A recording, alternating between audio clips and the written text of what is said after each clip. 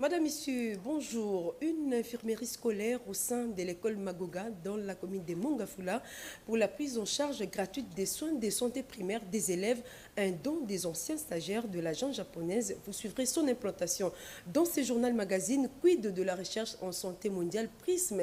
Quel sera son apport à la RDC et qui sont les principaux acteurs? Ou des projecteurs sur l'INRB pour les éclairages. Madame, Monsieur, bonjour et bienvenue à ce journal magazine. D'abord, place à l'actualité.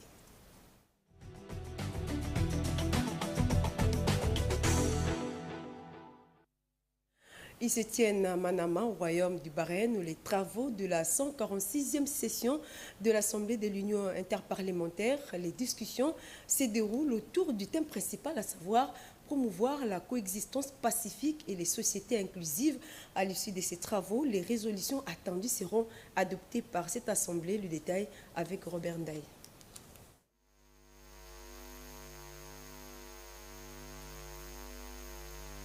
Ce samedi 11 mars 2023 à Manama, devant plus de 1200 participants venus de 193 pays et 59 présidents de parlement, en présence du représentant du roi de Bahreïn et des autres invités de marque. La République démocratique du Congo est représentée à ces assises par le premier vice-président de l'Assemblée nationale, le professeur André Mbatabe-Toukoumé Soumangu. Cette rencontre de haut niveau à laquelle participent les parlementaires des pays membres de l'Union interparlementaire se veut une occasion de renforcer les liens de coopération des pays membres, promouvoir la coexistence pacifique et les sociétés inclusives, combattre l'intolérance, c'est le thème choisi pour les travaux de la 146e Assemblée de l'Union interparlementaire. Le premier vice-président a fait asseoir une stratégie de la diplomatie parlementaire très active.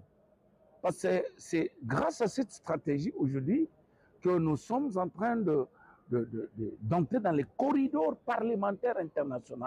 Il y a un génocide ignoré au Congo, cautionné par la communauté internationale et ignoré expressément par cette même communauté.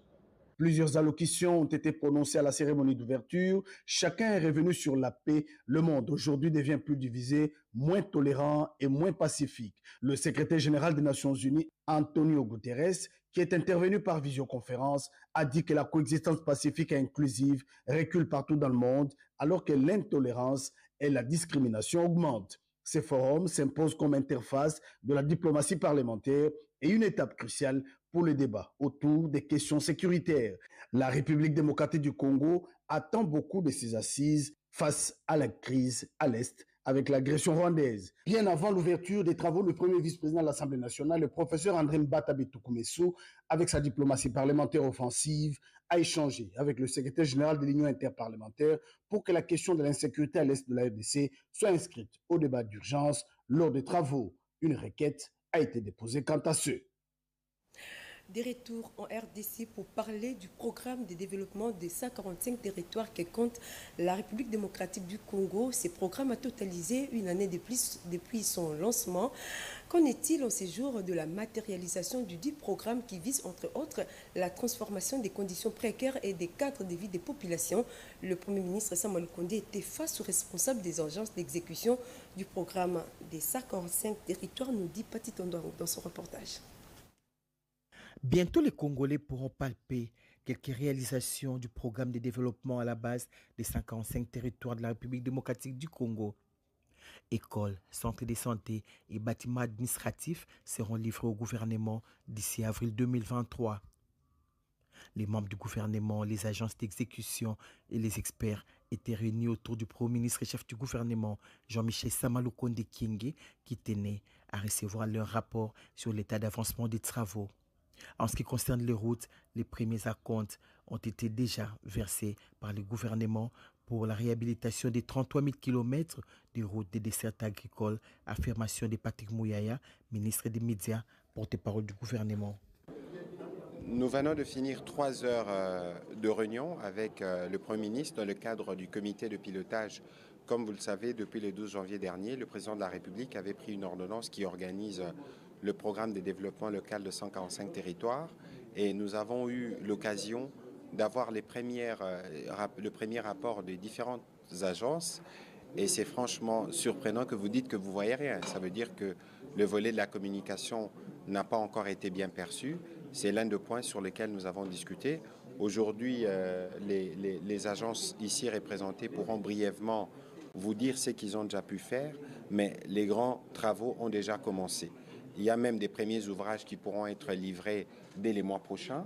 Il s'agit principalement des écoles, des centres de santé et des bâtiments administratifs. On a discuté de l'interconnectivité de ces routes avec les routes d'intérêt provincial et même d'intérêt national. C'est dire que tous les pays est en chantier. L'outil mis sur pied est déjà prêt pour permettre à chaque Congolais de faire le suivi des travaux à partir de son téléphone partout où il se trouve, a conclu le porte-parole du gouvernement. S'en est suivi des réactions au sortir de cette séance de travail tenue à la primature. Pour la construction de 313 infrastructures, dont 189 écoles, 124 centres de santé dans nos provinces. Nous venons aujourd'hui, je crois que les images continuent déjà à circuler, nous montrons au public ce que nous sommes en train de faire à l'intérieur. Maintenant, nous venons de signer des contrats avec 70 PME pour 731 infrastructures qui vont descendre maintenant dans le territoire pour pouvoir aussi lancer les travaux. Quant à nous, la CFF, nous avons fait le point sur l'exécution physico-financière des activités qui se déroulent dans nos 7 provinces, qui représentent 43 territoires. Globalement, les travaux ont été lancés sur tous les chantiers. Et les premières réceptions, nous devrons les avoir vers le mois de mai. Et les dernières infrastructures seront livrées en juillet 2023. Concernant les voies de desserte agricole, toutes les études sont achevées. Nous avons présenté à son Excellence, Monsieur le Premier ministre, chef du gouvernement, tout le rapport de ces travaux. Ce que nous attendons maintenant, c'est le go, l'accord, pour que nous puissions lancer des dossiers d'appel d'offres. Comme annoncé au sommaire de ce journal, lors de la visite officielle du président Macron à Kinshasa, une convention a été signée avec l'INRB pour la recherche en santé mondiale dénommée PRISM. Qu'est-ce que cette plateforme apporte à la République démocratique du Congo? Qui sont les principaux acteurs? François Bouela et Pompo Wumba, ils sont retournés caméra, projecteurs braqués à l'INRB pour apporter la lumière à ces sujets. Suivez. Dans ce bâtiment stratégique du laboratoire des virus émergents de l'INRB, un matin ordinaire, le professeur Steve Aouka, responsable du département de la virologie avec ses collaborateurs, font le travail quotidien. Ça, c'était pour quel antigène? Ça, c'est RBD Wuhan. Quel pathogène? Pour le Covid-19. Le sérieux de cette institution de renom qui a plusieurs fois gagné la bataille contre Ebola sauve le monde du fatalisme et fait le rayonnement de la RDC. Notre chef, le professeur Mouyembe, avait piloté une très grande recherche clinique qui a abouti, et c'est vraiment une fierté pour nous tous, pour notre pays, à un traitement contre Ebola. Et vous voyez actuellement, nous sommes très à l'aise lorsque l'épidémie d'Ebola arrive parce que nous savons comment on va riposter grâce à ces médicaments, mais aussi qu'on appelle Ebanga, mais aussi grâce à ces mêmes recherches, nous avons pu étudier, évaluer 2 vaccins qui sont actuellement disponibles et qui fait que lorsqu'il y a épidémie, on n'en parle plus parce que nous savons, on a des stratégies. Piloté par un passionné de la recherche, l'INRB vient de gagner un nouveau partenariat. PRISM a été signé à la faveur de la visite officielle d'Emmanuel Macron à Kinshasa. PRISM veut dire tout simplement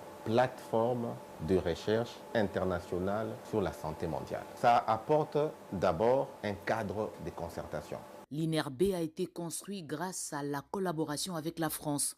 Depuis 2015, le professeur Steve Aouka pilote ce service avec une trentaine d'hommes, techniciens et scientifiques y compris. Beaucoup d'étudiants apprennent le comportement des virus dans ces locaux.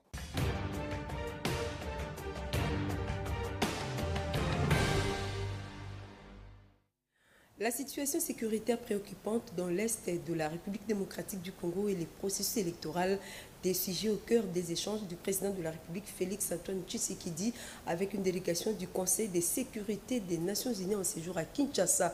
Mais d'abord, cette activité déployée en début de la semaine avec l'inauguration du siège de la cellule nationale des renseignements financiers. Le résumé avec Pierre Kibambeso Mouissa. La cellule nationale des renseignements financiers a désormais son propre siège en lieu et place d'un appartement de l'hôtel de Monnaie à la Banque centrale qu'elle occupait pour ses différents services.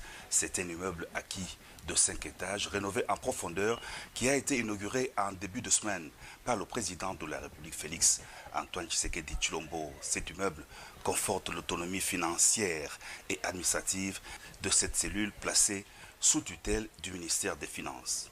La cellule a reçu la mission de recueillir et de traiter les renseignements financiers sur les circuits de blanchiment de capitaux, des financements du terrorisme et de la prolifération des armes de destruction massive.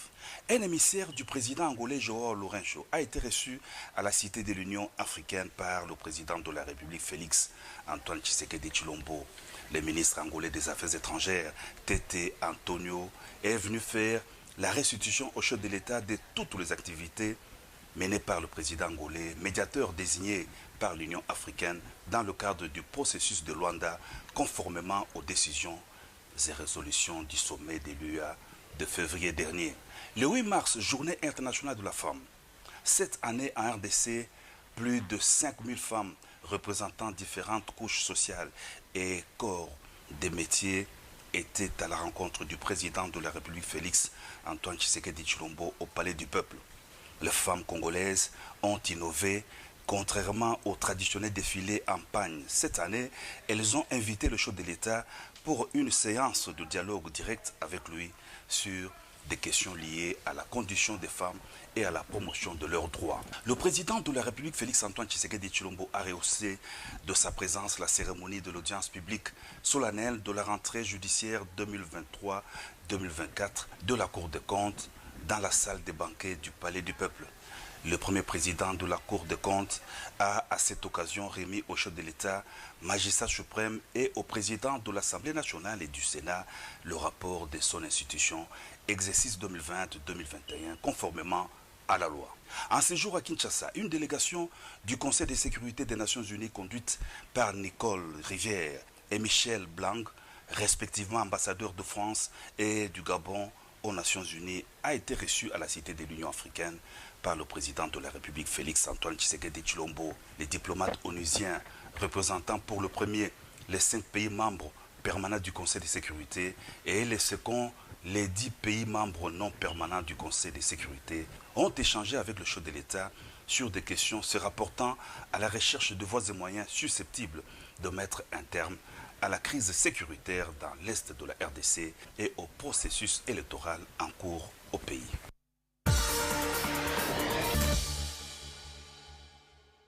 La synthèse de l'actualité qui suit revient également sur les différents sujets d'actualité qui ont défrayé la chronique durant la semaine, notamment les accords signés entre la RDC et les Burundi. C'est au cours des travaux sur la situation sécuritaire dans l'est de la RDC, la commémoration de la journée mondiale des droits de la femme célébrée le 8 mars avec les activités organisées dans plusieurs structures du pays, notamment celle de la RTNC, la flambée des prix des produits de première nécessité sur le marché, la semaine en 5 avec Totoso. Jour d'actualité consommée sur nos antennes, voici la synthèse. Bujumbura, Kinshasa, ces 2 capitales tiennent à consolider les relations de bon voisinage par les accords pour la paix et la sécurité entre la République démocratique du Congo et Burundi, mais aussi l'ensemble de la sous-région des Grands Lacs. Ces accords ont été signés à l'issue de la clôture des travaux sur la situation sécuritaire en République démocratique du Congo. Des soins de santé gratuits en faveur des femmes et filles résidant en milieu défavorisé. L'engagement pris par HJ Foundation pour assister ces femmes en ce mois de mars. La culture au cœur du projet francophone, c'est le thème choisi pour accompagner les activités du mois de la francophonie. Le coup d'envoi de ces activités a été donné par le ministre de l'Intégration régionale et francophonie, Didier Manzenga. Des accords sur la décostation des postes frontaliers de Kasumbalesa et Mukambo ont été signés au cours d'une réunion ministérielle de 2 ministres de l'Industrie et Commerce de la République démocratique du Congo et Zambie. Au lycée technique de la Gombe, les élèves ont bénéficié de la Journée internationale des droits de la femme axée sur les filières des nouvelles technologies. les femmes comptables ont été à l'école d'apprentissage sur l'importance du numérique dans le domaine de la comptabilité et de la fiscalité. C'est le Conseil permanent de comptabilité au Congo qui a organisé cette conférence. À la primature, une réunion du comité de pilotage élargi du 9e jeu de la francophonie s'est tenue à Kinshasa. Le Premier ministre, chef du gouvernement, Samalou Konde Kenge, a évalué avec le 10 comités le niveau d'avancement de ces travaux. En économie, on assiste à la dépréciation des frais congolais face à la devise américaine. Cette situation menace les paniers ménagères. Dans l'entretemps, les autorités envisagent déjà des réponses idoines après concertation avec les cambistes. À l'occasion de la Journée internationale des droits de la femme, Madame le directeur général de la Radio-Télévision nationale congolaise, Sylvie Elengue Niembo, a honoré les femmes de cette institution publique en remettant les pagnes au personnel de son entreprise. Lancement de l'atelier d'élaboration du référentiel d'emploi et des métiers de l'administration du ministère de personnes vivant avec handicap et autres personnes vulnérables. Ces travaux qui réunissent les experts des ministères concernés, des organisations de personnes vivant avec handicap et de la société civile consistent à produire le portrait robot des animateurs qui vont devoir travailler. En élaboration depuis le mois d'avril 2021, le plan de formation triennal de la Sokimo vient d'être réceptionné par le directeur général Pistis Bonongo.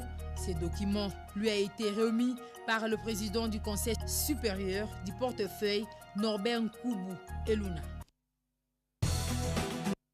Retour sur l'actualité avec cette bonne nouvelle émanant de l'association des anciens stagiaires de l'agence japonaise qui vient d'implanter un projet pilote d'une infirmerie à l'école primaire Magonga située dans la commune de Mongafula et c'est en collaboration avec la JICA. Cette association attend par ses gestes accompagner le gouvernement de la République dans son programme de la prise en charge gratuite des soins de santé primaire. Reportage Bobetinga. L'école primaire Mabango dans la commune de Mongafula a désormais une infirmerie pour les soins primaires des enfants qui parfois tombent malades à l'école. Un don de l'association des anciens stagiaires de la JICA en collaboration avec l'agence japonaise de coopération internationale. Un lot important de produits pharmaceutiques, matériel médical et des laboratoires ont été remis aux responsables de cette école. Le secrétaire général a appelé les autorités scolaires à s'approprier cette initiative et la pérenniser en vue d'assurer une prise en charge efficace médicale. Nous avons pensé qu'à côté de la gratuité de l'enseignement primaire, que nous puissions aussi initier la gratuité des soins primaires pour les élèves au niveau de l'école. Et l'idée de la CJK, c'est de pouvoir étendre le projet vers plusieurs autres écoles pour que l'installation des infirmeries dans le milieu scolaire soit une réalité et que ça soit opérationnel. Nous appuyons seulement le budget annuel à cette association-là. Ils font chaque année quelques projets partout, soit à Kinshasa ou d'autres provinces. J'étais vraiment touché avec des élèves, enseignants, responsables locaux. Rappelons que cette initiative est mise en place par ACJK en vue de capitaliser les acquis issus de leur passage au Japon. Tout à fait autre chose à présent. Dès l'ordre rétabli au sein de la fédération de l'UDPS au Kasaï central, il ne sera plus question de chevauchement à la tête de cette plateforme politique dans cette partie du pays. Ainsi en a décidé le secrétaire général Augustin Kabouya qui a réussi à réunifier tous les protagonistes de cette plateforme au Kasaï central, nous rapporte Alain Bikaï. Fini les temps de récréation dans la fédération de l'IDPS Kananga. Dans une rencontre qui a pris les allures d'une tribune d'expression populaire, le secrétaire général a fait savoir à l'assistance que l'échevauchement des comités ne sera pas toléré. Pour remettre de l'ordre dans cette fédération, Augustin Kabouya a annoncé la nomination des nouveaux animateurs à la tête de l'IDPS Kananga pour unifier toutes les tendances. Devant les cadres et militants de de son parti qui en avait marre. Augustin Kabouya a prêché l'unité, l'amour et la réconciliation aux protagonistes pour favoriser un climat de paix au sein du parti. Sur un ton ferme, le numéro 1 de l'IDPS a adressé une sévère mise en garde aux réfractaires à cette démarche, faute de quoi ils seront traduits devant la justice.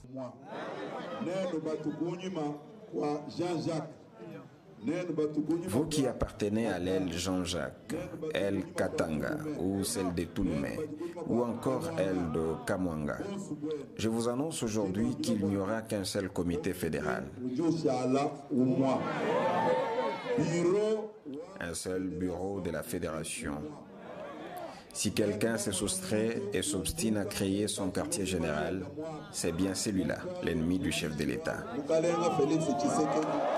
Poursuivant, le premier vice-président de l'Internationale socialiste a invité les membres de son parti à collaborer avec d'autres partis politiques, surtout à combattre le tribalisme et le régionalisme.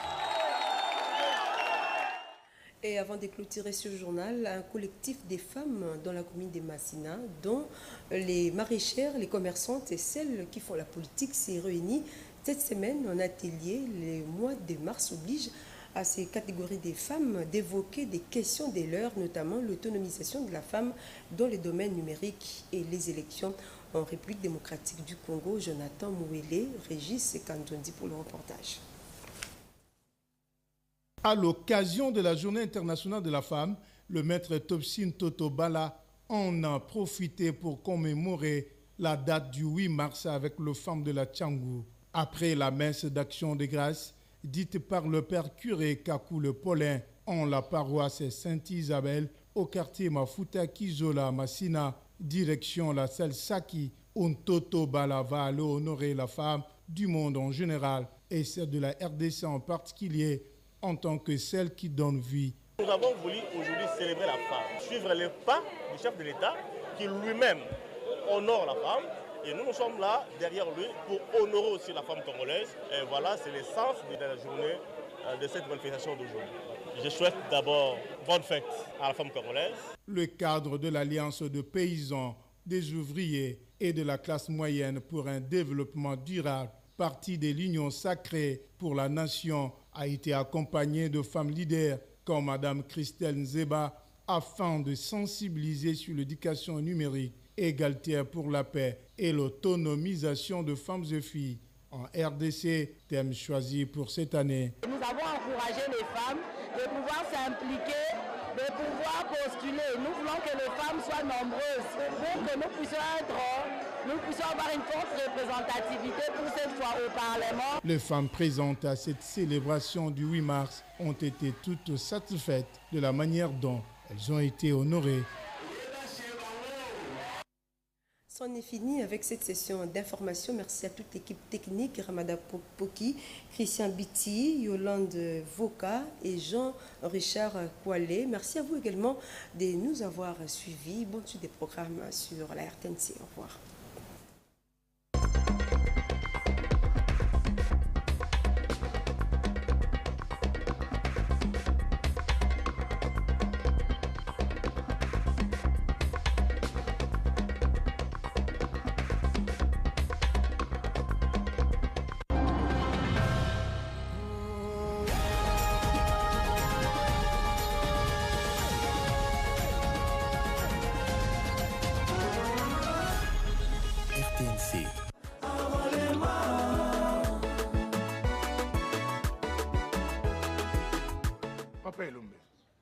Est-ce que la diaspora aussi pourra voter? La diaspora ne pourra pas, monsieur. Mais la diaspora va effectivement voter. Mais cette fois-ci, on va commencer par 5 pays, à savoir l'Afrique du Sud, la Belgique, le Canada, la France et les États-Unis. Donc les Congolais